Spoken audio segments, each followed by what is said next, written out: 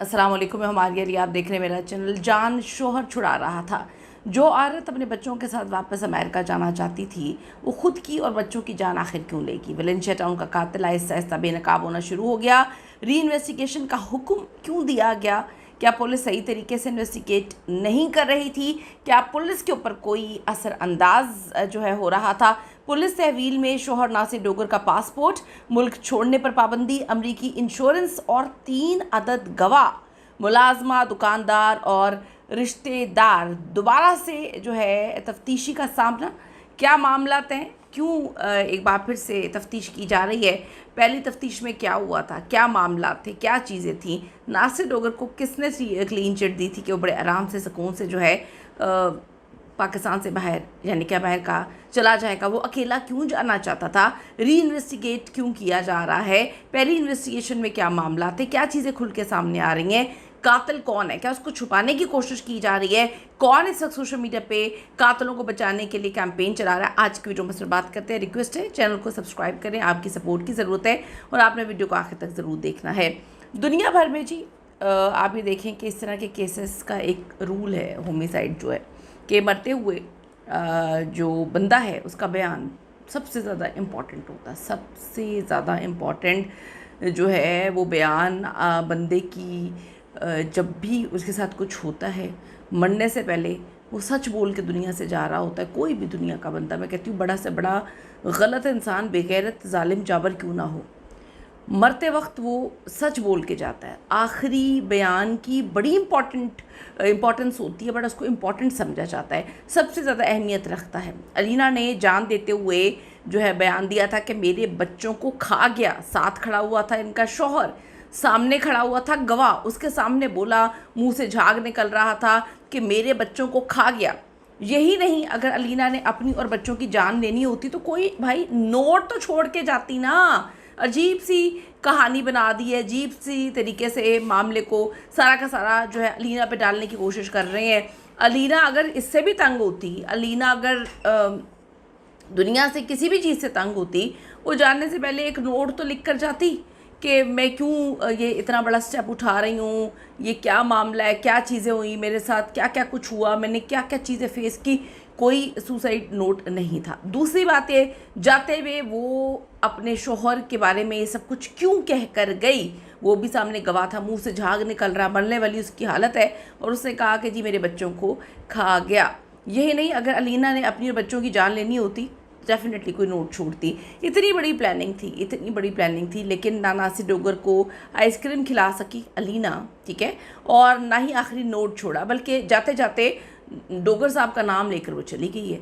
उसके बाद भी मैं कहती हूँ सलाम पेश करती हूँ उन लोगों पे जो सारे के सारे मामले को जो है वो अलीना पे डाल के उसके करैक्टर को गंदा कर रहे हैं।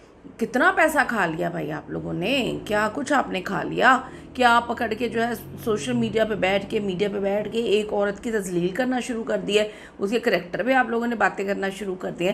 यार इतना नहीं इंसान को सब कुछ करना चाहिए, और आवाम भी यही देखना चाहती है, आवाम को भी यही पसंद है। आप देख लें कि जब आप सच के साइड पे होते हैं तो आपके व्यूज़ भी कम आ रहे होते हैं। सच के साइड पे जो बंदा होता है उसको लोग देखना भी कम जो है देख भी कम रहे होते हैं। तो यही कहानी है, यही इस दुनिया का असूल है।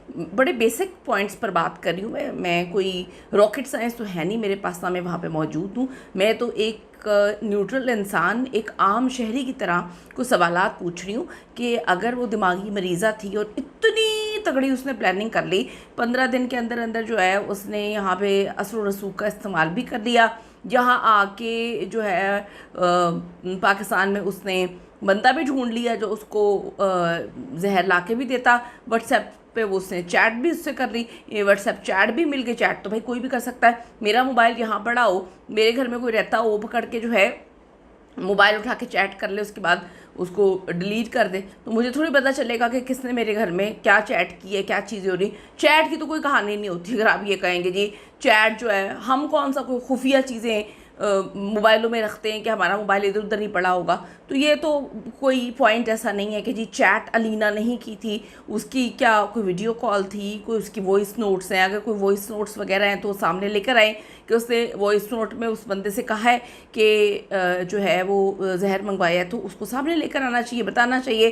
چیٹ لکھی ہوئی چیز تو کون کس سے بات کر رہا ہے کسی کو نہیں پتہ، اور میں کسی سے بات کر رہی ہوں یا میرے موبائل سے کوئی اور بات کر رہا ہے یہ بھی پتہ نہیں ہے۔ تو اتنی وہ جو ہے تھی کہ اس نے اپنے معصوم بچوں کو آئس کریم کھلا دی۔ شوہر کو وہ جاتے جاتے یہ کہے گی میرے بچوں کو کھا گیا، لیکن اس نے شوہر کو آئس کریم نہیں کھلائی۔ شوہر نے کہہ دیا جی 2 گھنٹے میں لیٹ گروسری سے آیا، میں پانی پینا چاہ رہا تھا تو اس نے آئس کریم نہیں کھلائی۔ بھئی جہاں وہ اتنا انتظار کر رہی تھی تو پانی پلا دیتی، یا گھر میں ہی رکھ کر جو ہے وہ پہلے میاں کو کھلا دیتی اور اس کے بعد بچوں کو کھلا دیتی۔ تو کوئی چیزیں پوائنٹس جو ہیں وہ سمجھ آ نہیں رہے۔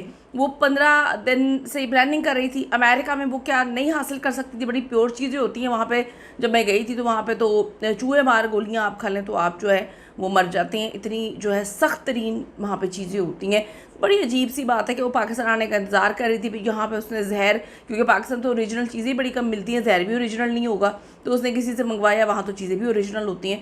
تو یہی نہیں، اب اتنی بڑی پلاننگ بقول ان کے کہ علینا نے کر لی، لیکن ناصر صاحب کو وہ آئس کریم نہیں کھلا سکی اور آخری نوٹ بھی نہیں چھوڑا، بلکہ جاتے ہوئے ناصر صاحب کو کے اوپر سارا معاملہ ڈال کے گئی ہے۔ اور سب سے بڑی وجہ کہ بچوں کو وہ کیوں مارے گی، بچوں کو ماں کیوں مارے گی، مطلب اس کیس میں کیوں مارے گی؟ گھر میں معاملات خراب تھے، علینا ڈپریشن میں تھی، تو اس کی وجہ کہ بچے ہو سکتے ہیں، بچے تھوڑی ہو سکتے ہیں اس کی وجہ۔ خود آپ سوچیں، اگر ڈپریشن میں تھی، کسی سے پریشان تھی، تو ناصر صاحب تو ہو سکتے ہیں لیکن بچے تو نہیں ہو سکتے۔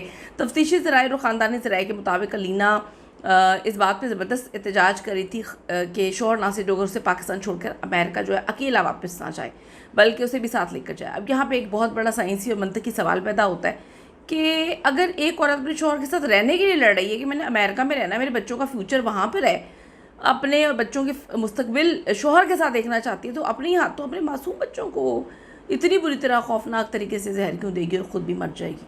فائدہ علینا کا ہے کیا؟ مرنے میں فائدہ تھا علینا کا؟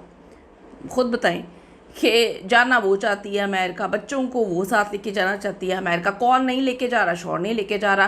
ٹکٹ کس کی؟ اکیلے کی ہے، شوہر کی ہے۔ تجزیہ کاروں عوامی حلقوں کا کھلم کھلا شک ہے کہ اصل میں جو شوہر ہے وہ جان چھڑا رہا تھا، ناصر ڈوگر ہی اس رشتوں کے بوجھ سے آزاد ہونا چاہتا تھا۔ لوگ تو اب یہ لکھ رہے ہیں ممکنہ طور پر اسی نے پورے سارے کے سارے معاملے کو یہ انجام دیا۔ اب یہ دیکھیں، یہ تو اللہ ہی بہتر جانتا ہے۔ اسی شدید عوامی شک اور لاجک کو مدنظر رکھتے ہوئے جو ڈی آئی جی انویسٹیگیشن ہے ذیشان رضا کی سربراہی میں تفتیشی اداروں نے کیس کو بند کرنے کے بجائے ری انویسٹیگیٹ کرنے کا حکم دیا ہے۔ پولیس نے سب سے پہلے بڑا قدم اٹھاتے ہوئے شوہر ناصر ڈوگر کے پاسپورٹ تمام سفری دستاویزات اپنی تحویل میں لی ہیں اور تاکہ وہ فرار نہ ہو سکے، اور شوہر کی جو 1 وے ٹکٹ اور امریکہ میں کرائے گی کروڑوں روپے کی جو لائف انشورنس ہے اس کا پہلو بھی اب تفتیشی ٹیم کے رڈار پہ آ چکا ہے۔ اس کے ساتھ ساتھ پولیس نے 3 اہم گواہوں، یعنی سب سے پہلے جسے بچوں کی لاش دیکھی تھی ملازمہ، سامنے والی دکان کے شخص اور خاندانی رشتہ داروں کے بیانات دوبارہ سے لینا شروع کر دیے ہیں۔